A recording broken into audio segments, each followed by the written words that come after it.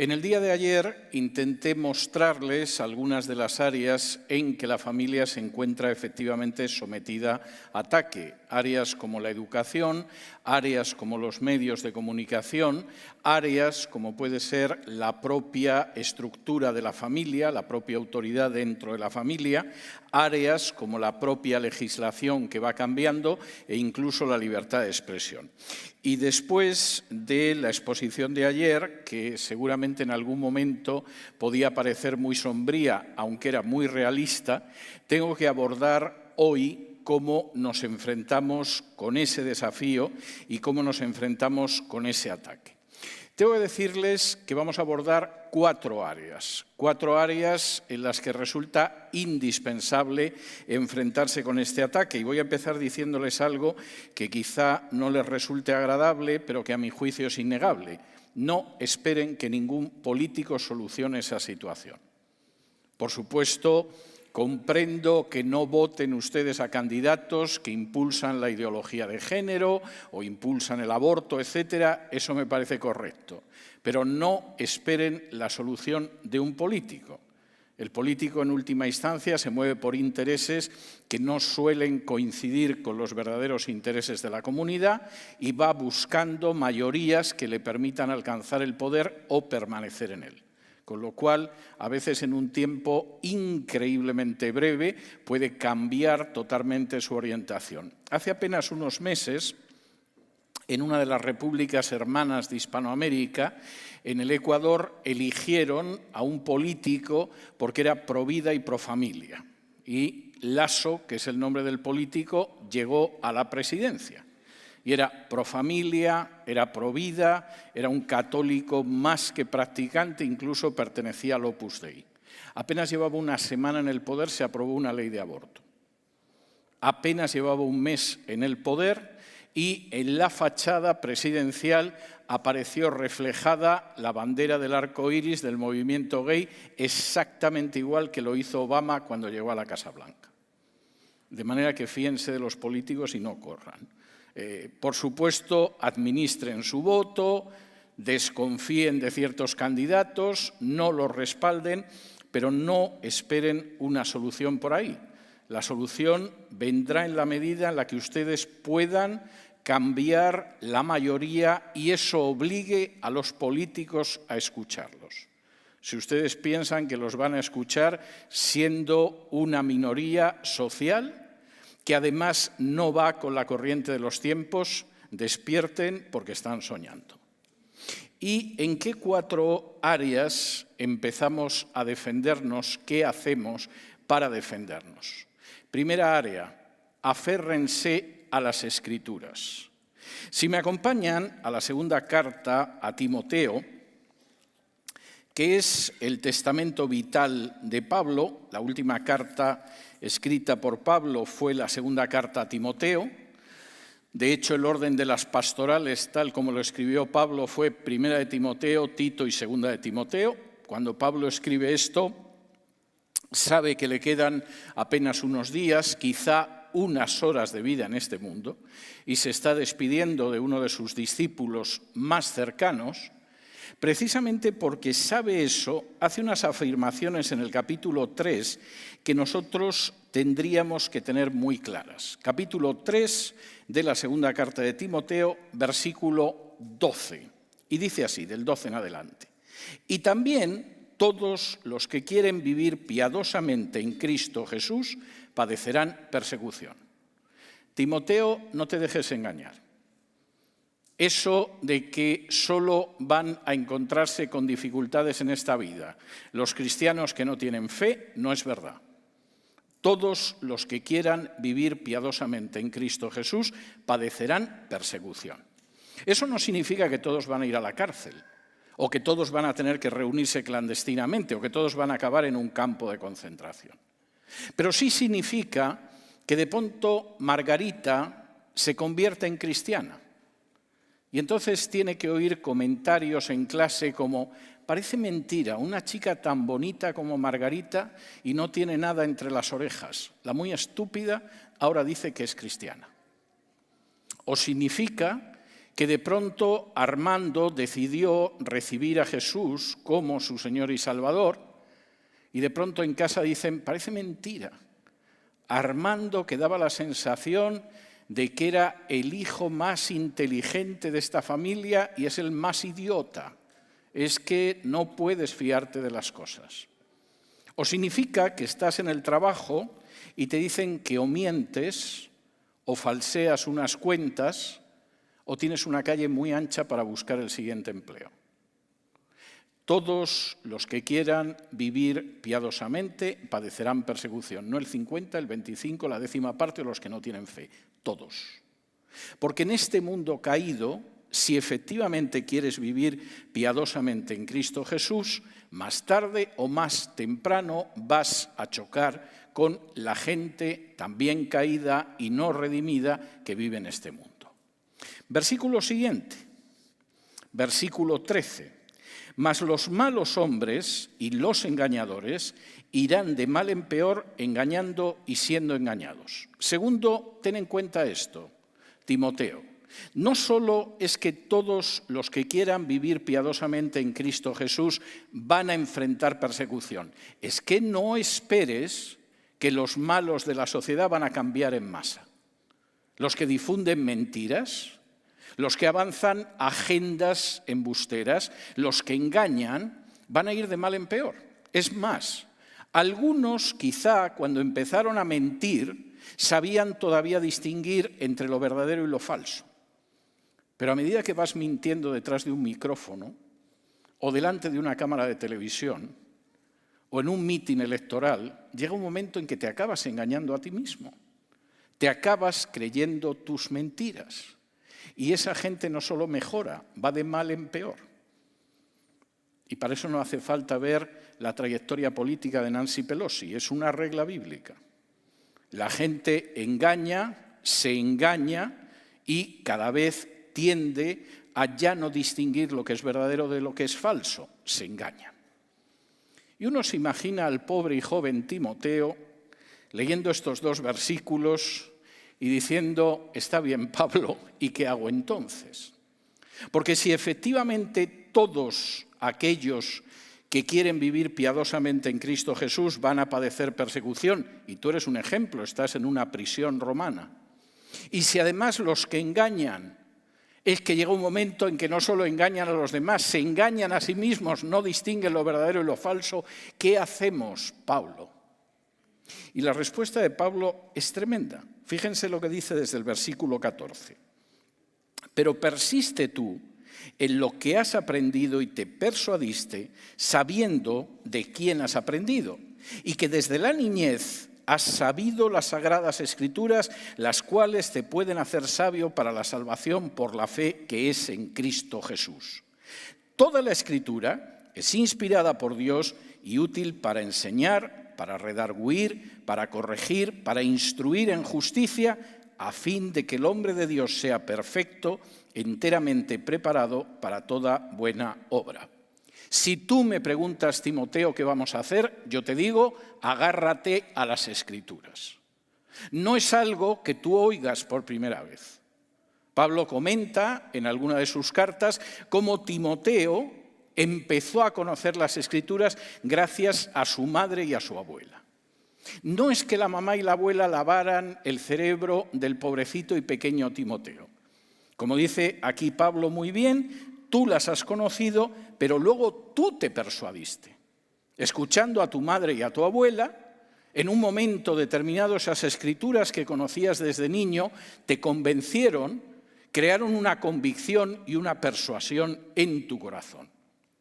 Si quieres enfrentarte con un mundo donde todos los que quieren vivir piadosamente en Cristo Jesús serán perseguidos y donde los engañadores van de mal en peor y llega un momento en que ya no distinguen lo verdadero de lo falso, aférrate a las Escrituras. ¿Por qué? Y esto es enormemente importante. Primero, Timoteo, porque en las Escrituras es donde vas a encontrar el mensaje de la salvación por la fe en Cristo Jesús. Pero segundo, porque esas Escrituras están inspiradas por Dios. Y esas escrituras son el instrumento que Dios va a utilizar para convertirte en un hombre, si hubiera sido Timotea, en una mujer totalmente cabal. Si queremos enfrentarnos con ese ataque, lo primero que tenemos que hacer es aferrarnos a las Escrituras, porque las Escrituras no solo contienen el mensaje de salvación por la fe en Cristo Jesús, por supuesto, también, pero además permiten que tengamos el armamento suficiente para enfrentarnos con este mundo. ¿Por qué? ¿Porque son un libro filosófico especialmente elaborado? No, porque son la palabra de Dios y porque Dios lo ha inspirado. De manera que no esperen ustedes que esta sociedad va a cambiar simplemente a impulsos humanos. Ni, por supuesto, esperen una solución por parte de los políticos. Casi con que no estorben nos podríamos conformar. Lo primero que tienen que hacer es aferrarse a las Escrituras. Y cuando una sociedad conoce lo que son las Escrituras, esa sociedad se construye de una manera distinta. Este país, cuando se convirtió en una nación, o pretendió empezar a convertirse en una nación, en 1776, tenía detrás generaciones de personas que creían en las Escrituras y que estaban dispuestas a construir este país no como se construyeron las viejas naciones europeas o como se iban a construir luego las repúblicas hispanoamericanas, sino partiendo de la Biblia. Hace cosa de unos 4 años, para un trabajo que estaba preparando, tuve que volver a leer toda la correspondencia de los padres fundadores de este país. Y hubo 2 cosas que me llamaron mucho la atención. La primera, que citaban la Biblia como si fueran pastores, de los pastores que conocen la Biblia, claro. Y a uno le sorprendía ver cómo Washington podía escribir a Jefferson y Jefferson a Hamilton y a Adams, etc. Y citaban de la Biblia sin tener que decir esto está en Daniel 9, versículo tal, etcétera, etcétera. Estaba más que sobreentendido que todos conocían muy bien la Biblia. La segunda cuestión que me llamó muchísimo la atención es que uno de los textos que más citaban de la Biblia es el pasaje de Jeremías donde Jeremías dice que el corazón del hombre es engañoso. El hombre tiene un corazón que quiere engañar y que se engaña. Y por lo tanto decían, como sabemos que el corazón del hombre es así, no somos buenos, no caminamos hacia el progreso, no vamos de alguna manera basándonos en la bondad humana. No, el hombre está caído, la Biblia lo dice, el corazón es engañoso. Tenemos que crear un sistema de gobierno donde estén separados los poderes y se frenen y contrapesen entre sí, porque si no acabaremos en una tiranía como las tiranías de la vieja Europa. Y podría hablar sobre esto horas, pero voy a resistir la tentación y no lo voy a hacer.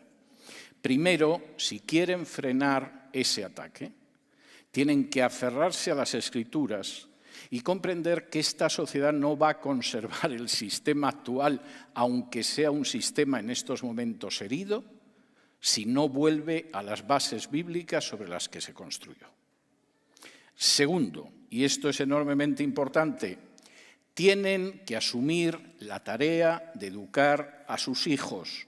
No pueden permitir que sus hijos sean educados por gente que no solo es que no sea creyente, sino que a veces tiene una agenda contraria a los principios de las Escrituras. Por supuesto, ya están enseñando matemáticas con perspectiva de género, pero se supone que hay asignaturas que son medio neutras. La fórmula del ácido sulfúrico supongo que seguirá siendo la misma y es difícil torcer esto desde una perspectiva gay, pero cualquiera sabe. Puede que en algún momento hablen de la ácida sulfúrica para tener una perspectiva de género. Ustedes se ríen, pero la Universidad de Granada, en España, hace unos 10 años publicó un calendario con perspectiva de género. ¿Y saben lo que era el calendario con perspectiva de género? Los meses eran enero, febrero, marzo, abril, mayo, junio, hasta llegar a octubre, noviembre y diciembre. Todo con dinero de los contribuyentes. De manera que lo del ácido sulfúrico no crean que es una ocurrencia ingeniosa mía, por desgracia puede ser algo no tan difícil. Pero ustedes tienen que asumir la educación. Fíjense lo que dice al respecto Deuteronomio, capítulo 6 y versículos del 1 en adelante. Y es enormemente interesante porque la educación forma parte del desarrollo de los mandamientos. Este es un capítulo central en el libro de Deuteronomio, cuando Dios le da a Moisés la ley por segunda vez antes de entrar en la tierra prometida y convertirse por primera vez en un Estado-nación. Y dice así: estos, pues, son los mandamientos, estatutos y decretos que Jehová vuestro Dios mandó que os enseñase, para que los pongáis por obra en la tierra a la cual pasáis vosotros para tomarla, para que temas a Jehová tu Dios, guardando todos sus estatutos y sus mandamientos que yo te mando, tú, tu hijo y el hijo de tu hijo, todos los días de tu vida, para que tus días sean prolongados. Oye pues, oh Israel, y cuida de ponerlos por obra para que te vaya bien en la tierra que fluye leche y miel, y os multipliquéis como te ha dicho Jehová, el Dios de tus padres. Oye, Israel, Jehová nuestro Dios, Jehová uno es. Y amarás a Jehová tu Dios de todo tu corazón y de toda tu alma y con todas tus fuerzas. Y estas palabras que yo te mando hoy estarán sobre tu corazón y las repetirás a tus hijos y hablarás de ellas estando en casa y andando por el camino y al acostarte y cuando te levantes. Y las atarás como una señal en tu mano y estarán como frontales entre tus ojos y las escribirás en los postes de tu casa y en tus puertas. La clave de que tanto tú como individuo, como la nación en cuanto nación, viva de una manera digna de ser llamada vida, de una manera en paz y prosperidad, es que sigas esta enseñanza. Y por eso se la tienes que enseñar a tus hijos en toda ocasión. Cuando estés en tu casa con tus hijos, recuérdales esto. Cuando vayas andando por el camino, y quizá tu niño sea tan pequeño que todavía lo lleves de la mano, edúcale en estos principios. Cuando te vayas a la cama, recuérdalo. Y cuando te levantes, vuelve a hacer recordatorio a tu hijo de estos principios, porque tu vida y la vida de tu pueblo depende de ello. Ustedes no pueden dejar la educación de los grandes principios en manos de gente impía. Pueden tener un profesor de física que enseñe a los niños teoremas físicos y no tiene mayor problema. Pero la escuela no es la que va a enseñar a esos niños cómo tienen que vivir. Y lo tienen que tener muy presente. Cuando estén en casa, hablarán a sus hijos educándolos en esos principios. Cuando vayan con el niño paseando, le recordarán esos principios. Se los recordarán cuando vayan a dormir. Y volverán a recordarlos cuando se levanten. Y una familia donde efectivamente eso es lo que sucede, es una familia que está construyendo el futuro y que está defendiéndose frente a ataques como los que vimos ayer. De manera que aférrense a la Escritura, pero no solo aférrense a la Escritura, eduquen a sus hijos en esa situación. Y verán cómo sus hijos en un momento determinado pueden llegar a casa y decir: mamá, papá, no sabéis lo que he visto en la escuela, qué disparate. En vez de llegar un día a casa y decir: papá, no soy Antonio, soy Toñita, porque es lo que me han enseñado en clase. Y hay una enorme diferencia entre un tipo de hijo y el otro, y la diferencia la marca el hecho de que ustedes los eduquen, como dice muy claramente la Biblia. Y podría estar hablando ahora sobre esa educación, pero no me queda ese tiempo. Tercer área importante. Enseñen lo que debe ser un noviazgo cristiano a los jóvenes, porque no existe esa enseñanza en multitud de casos. Y luego de pronto los papás se sorprenden cuando la hija aparece embarazada o el hijo sale con una muchacha que es lo menos recomendable que uno desearía, o de pronto te dicen que van a dejar todo, lo van a tirar por la borda porque han encontrado un chico o una chica que es el amor de su vida y que uno lo ve y sabe que si dura 6 meses ya sería un milagro. Eso arranca de que no existe esa educación y, por supuesto, no existe una educación del noviazgo. Voy a resistir la tentación de hablar ahora sobre esto, pero no voy a resistir la tentación de que vayamos al Cantar de los Cantares para que vean a lo que me estoy refiriendo, porque esto es muy importante. Por regla general, el Cantar de los Cantares es un libro, no voy a decir que lo despreciemos en la Iglesia, pero bueno, no le dedicamos mucho tiempo, total, son historias de amor y cosas bucólicas, y el novio y la novia se ponen tiernos y dicen que su amado es el más hermoso y que su amada no tiene comparación. Esto no parece que tenga mucha sustancia que tengamos que consumir. Pero curiosamente, el Cantar de los Cantares, que es un libro breve, analiza las relaciones entre un hombre y una mujer en todos los casos en que se producen. Durante el periodo del noviazgo, en el momento en el que se casan, al cabo de un tiempo de matrimonio, y de manera, sí, cierto, muy lírica, muy hermosa, muy romántica, van dando lecciones muy prácticas. Por ejemplo, ¿para qué sirve el noviazgo? Hombre, evidentemente para pasarlo bien. No. Evidentemente se puede pasar muy bien, pero el noviazgo tiene finalidades sobre las que por regla general no enseñamos ni educamos y luego pagamos las consecuencias y sobre todo las pagan nuestros hijos. Primero, el noviazgo tiene como finalidad que la gente se conozca honradamente. Cantar de los Cantares, capítulo 2 y versículos del 10 en adelante contiene esta romántica llamada del amado. Dice así: mi amado habló, capítulo 2, versículo del 10 en adelante. Mi amado habló y me dijo: levántate, oh amiga mía, hermosa mía, y ven, porque aquí ha pasado el invierno, se ha mudado, la lluvia se fue, se han mostrado las flores en la tierra, el tiempo de la canción ha venido y en nuestro país se ha oído la voz de la tórtola. La higuera ha echado sus higos y las vides en ciernes dieron olor. Levántate, oh amiga mía, hermosa mía, y ven. Paloma mía, que estás en los agujeros de la peña, en lo escondido de escarpados parajes, muéstrame tu rostro, hazme oír tu voz, porque dulce es la voz tuya y hermoso tu aspecto. Vamos a ver, querida, puesto que estamos en una situación de noviazgo, hay una primera cosa que se tiene que cumplir. Muéstrame quién eres realmente.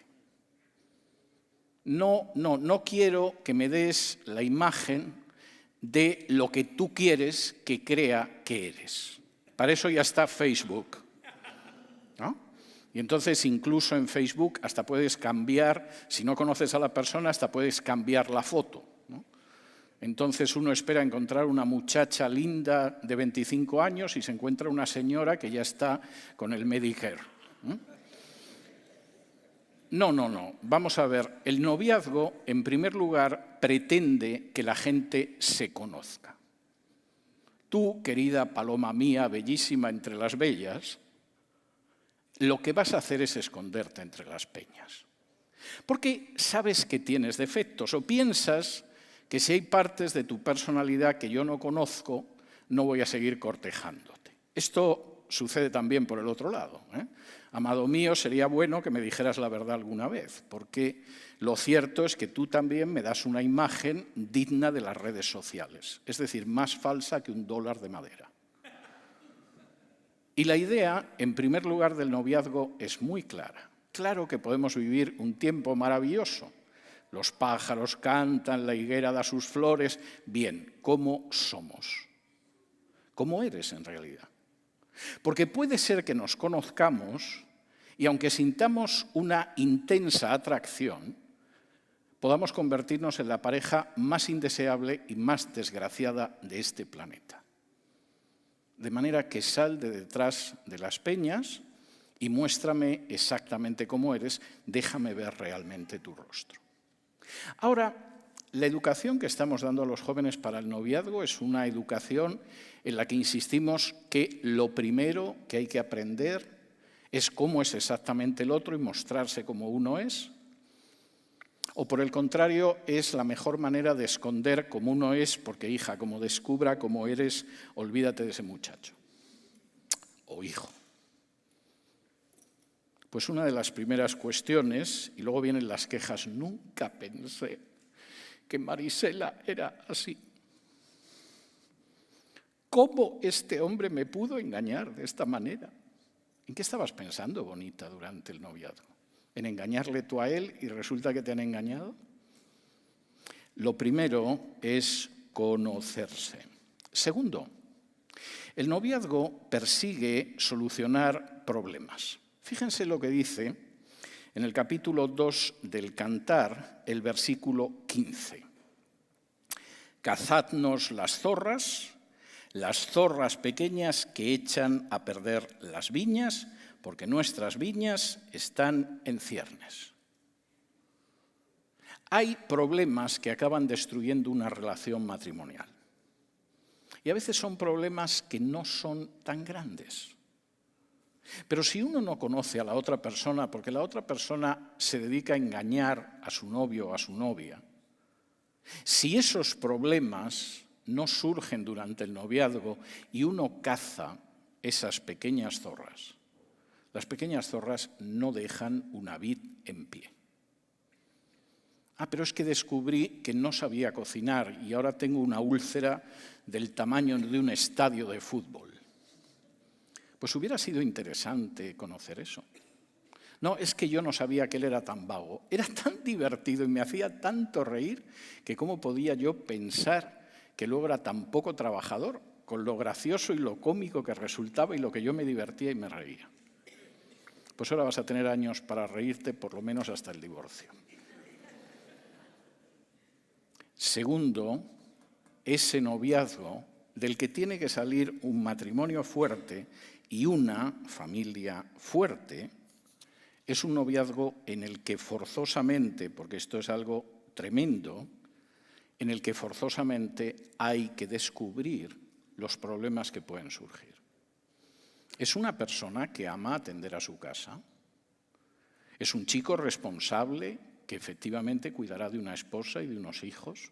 No me importa si tiene relaciones sexuales y es fantástico.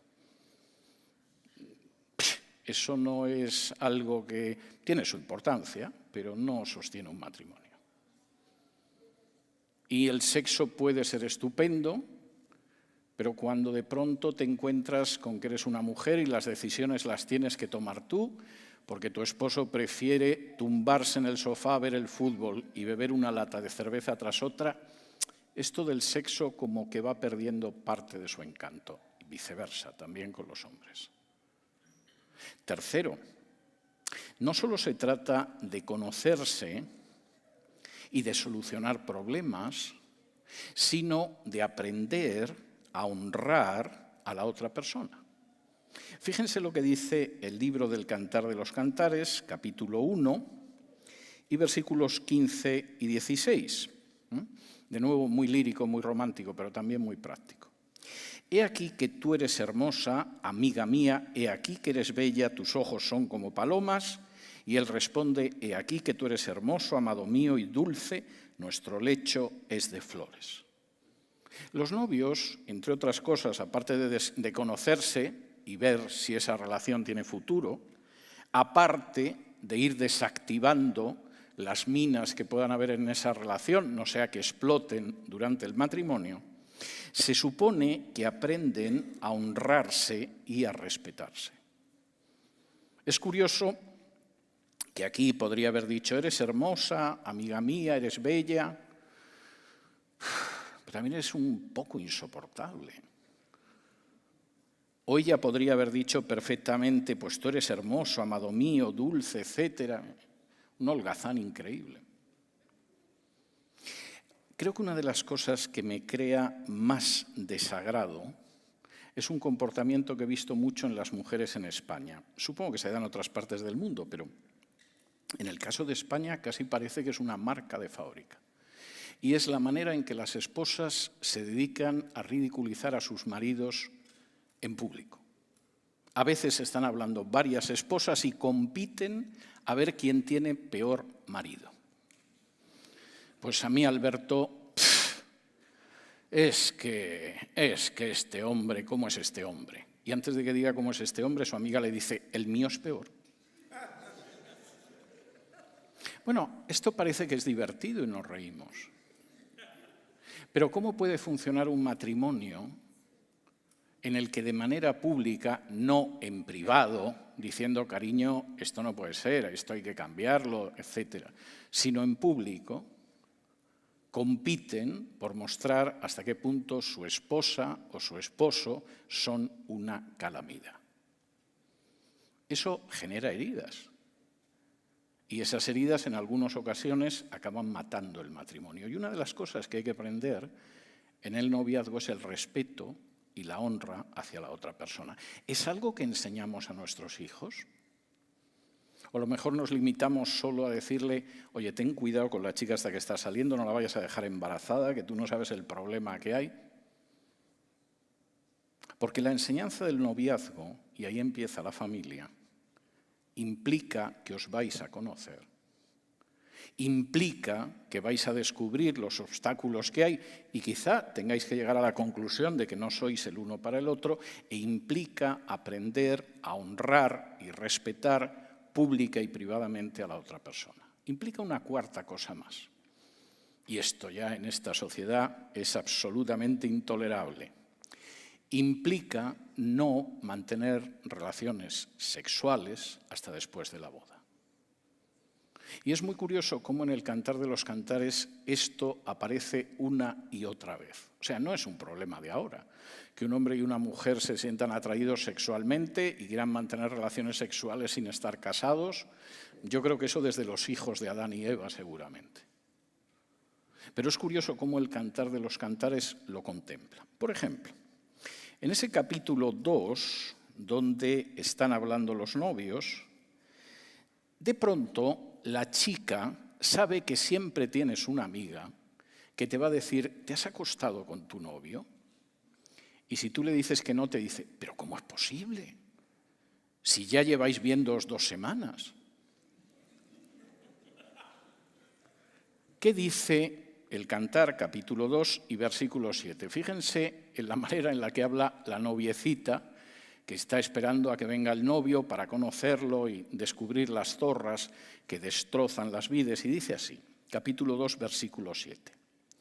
Yo os conjuro, oh doncellas de Jerusalén, por los corzos y por las ciervas del campo, que no despertéis ni hagáis velar al amor hasta que quiera. Y está hablando del amor sexual, literalmente en hebreo. O sea, no me vengáis diciendo lo maravilloso que es el sexo antes del matrimonio, cómo es posible que tengas 16 años y sigues siendo virgen, o cómo se te ha metido en la cabeza que no vas a tener relaciones sexuales con un chico y eres tan antigua como tu abuela.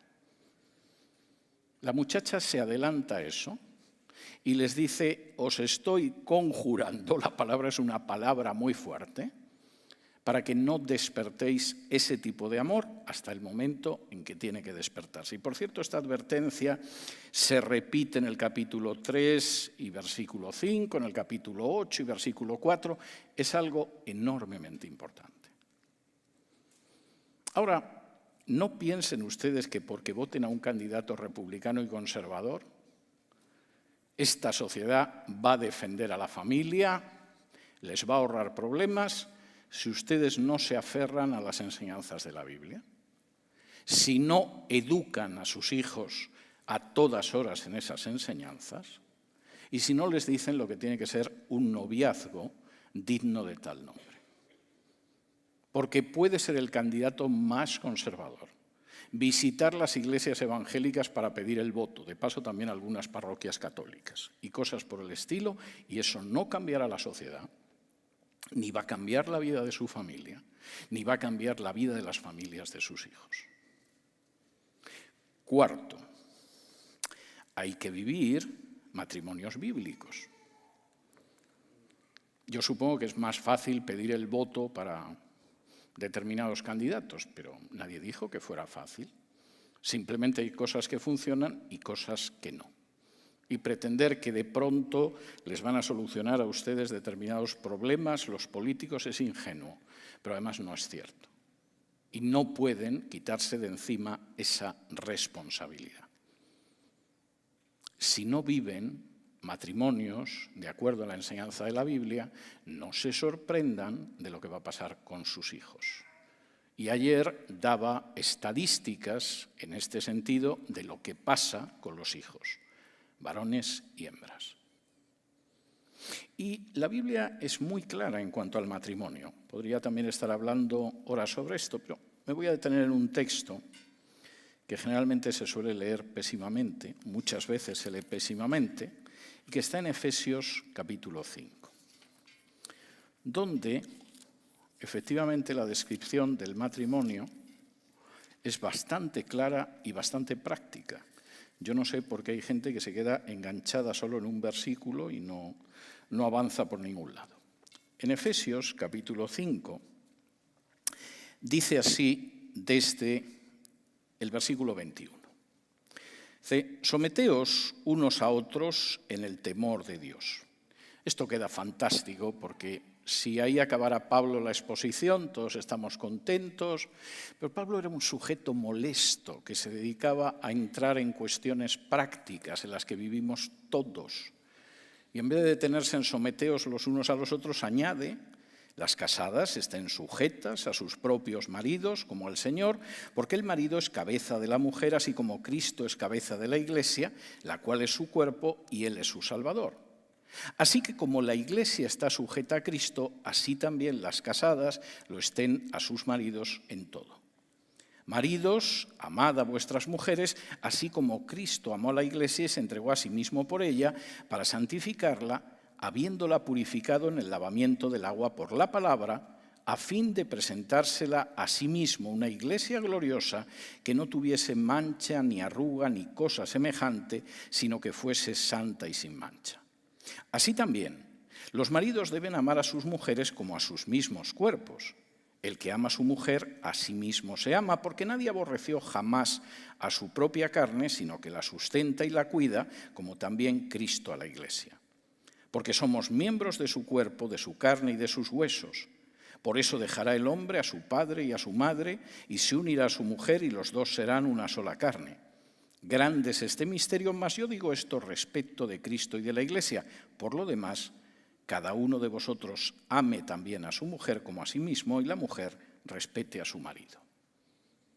Hay gente que lee solo el versículo 22. Las casadas que estén sujetas a sus maridos como al Señor, en fin, y que le dejen a uno respirar cuando viene de trabajar todo el día fuera de casa. Pero el texto no dice eso, el texto va mucho más allá. Evidentemente, las casadas tienen que estar sujetas a sus maridos como el Señor, de la misma manera que el marido acepta a Cristo como su cabeza, la esposa debe aceptar a su marido como cabeza y, como dice el versículo 33, debe respetar a su marido. Hay muchísimos matrimonios que acaban en el momento en el que no existe ese respeto. Eres una calamidad. Esto no fue lo que me dijiste cuando nos casamos. Cuando éramos novios esto parecía que iba a ser distinto, etcétera, etcétera. Bien. ¿Qué pasa en el caso de los hombres? En el caso de los hombres lo que dice Pablo es tremendo. Debéis amar a vuestras esposas como Cristo amó a su iglesia. Bueno, yo ya me sacrifico bastante. Pongo comida encima de la mesa, me ocupo de que los niños crezcan algo menos salvajes, porque si hay que darles una nalgada, ella no se la quiere dar, pobrecitos, y se la tengo que dar yo, etcétera. Y Pablo dice, no. El amor de Cristo hacia su iglesia se manifiesta en el hecho de que Cristo la amó tanto que no solo es que la salvó, sino que su iglesia va mejorando por el contacto con Él.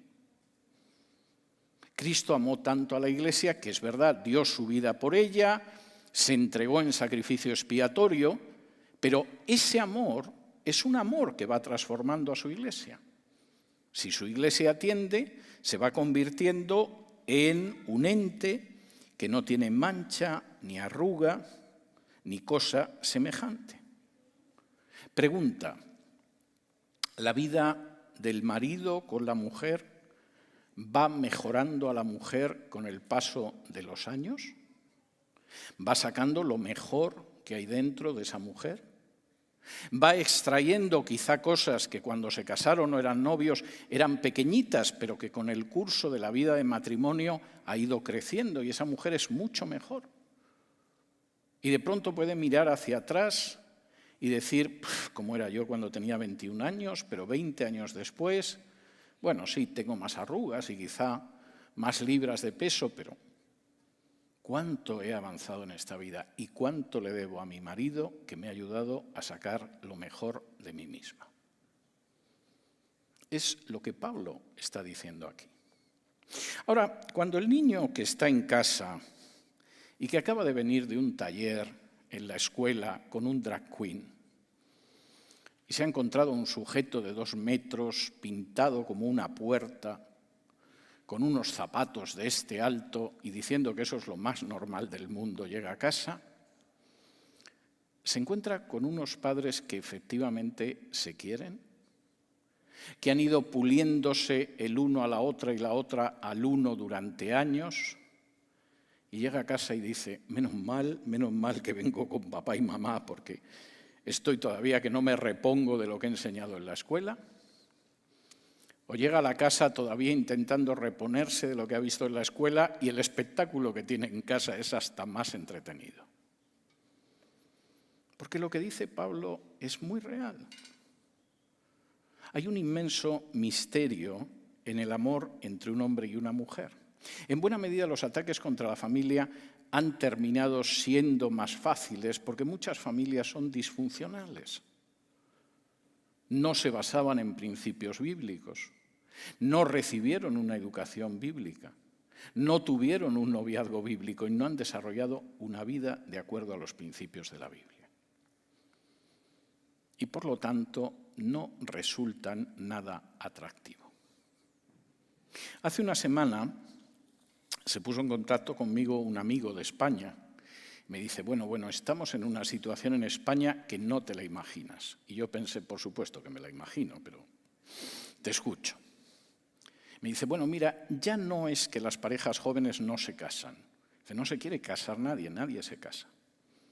Dice, tampoco es que las parejas jóvenes no se casan, pero se van a vivir juntos. No, ya nadie tiene interés por irse a vivir con una chica o con un chico. Hemos llegado a una situación en que chicos y chicas prefieren seguir viviendo en casa de sus padres y acostándose con quien les apetezca cada fin de semana, que no tiene por qué ser el mismo del fin de semana anterior. Y entonces me decía, de tal manera que incluso las situaciones de convivencia no matrimoniales del pasado, dice, pues es que casi parecen ideales ahora, porque ya hemos llegado a una situación de práctica promiscuidad generalizada. Pues teniendo en cuenta la manera en que funcionan las familias de sus padres y la nula base bíblica de esas familias y la absoluta falta de enseñanza sobre el noviazgo y el desconocimiento total de las Escrituras, no me sorprende. Casi me sorprende que hayan tardado tanto en llegar a ese punto. Esta es una situación bastante seria y creo que cualquiera de ustedes que estuviera en la exposición de ayer lo pudo apreciar, aunque la exposición como esta fuera una exposición totalmente a vuelo de pájaro, en la que vemos alguna cosita, pero no podemos detenernos en cada una de ellas. Y eso les desafía y les reta y les incita a que se enfrenten con ese ataque. Y no piensen que ese ataque lo van a parar en el Senado o en una campaña política o confiando en determinado político. Si piensan eso van a sufrir mucho, se lo adelanto. No digo que no haya políticos que efectivamente sean pro familia, que intenten aguantar la situación por un tiempo, bien, vótenlos, estupendo. Pero no hay político que vaya a corregir el matrimonio de ustedes. No hay político que les vaya a enseñar cómo tener un noviazgo cristiano. Y no hay político que vaya a educar correctamente a sus hijos.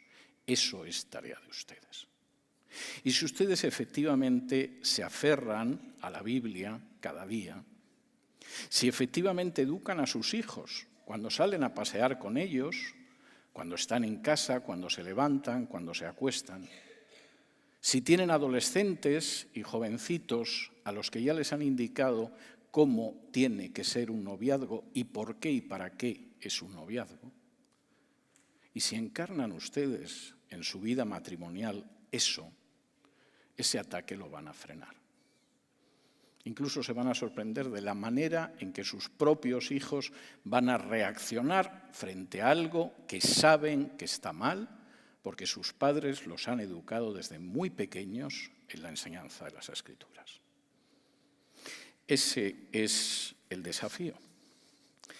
Y nosotros, que somos una generación crucial, porque verdaderamente si esta generación no responde, lo que va a pasar en la siguiente es algo que seguramente se escapa a nuestra imaginación.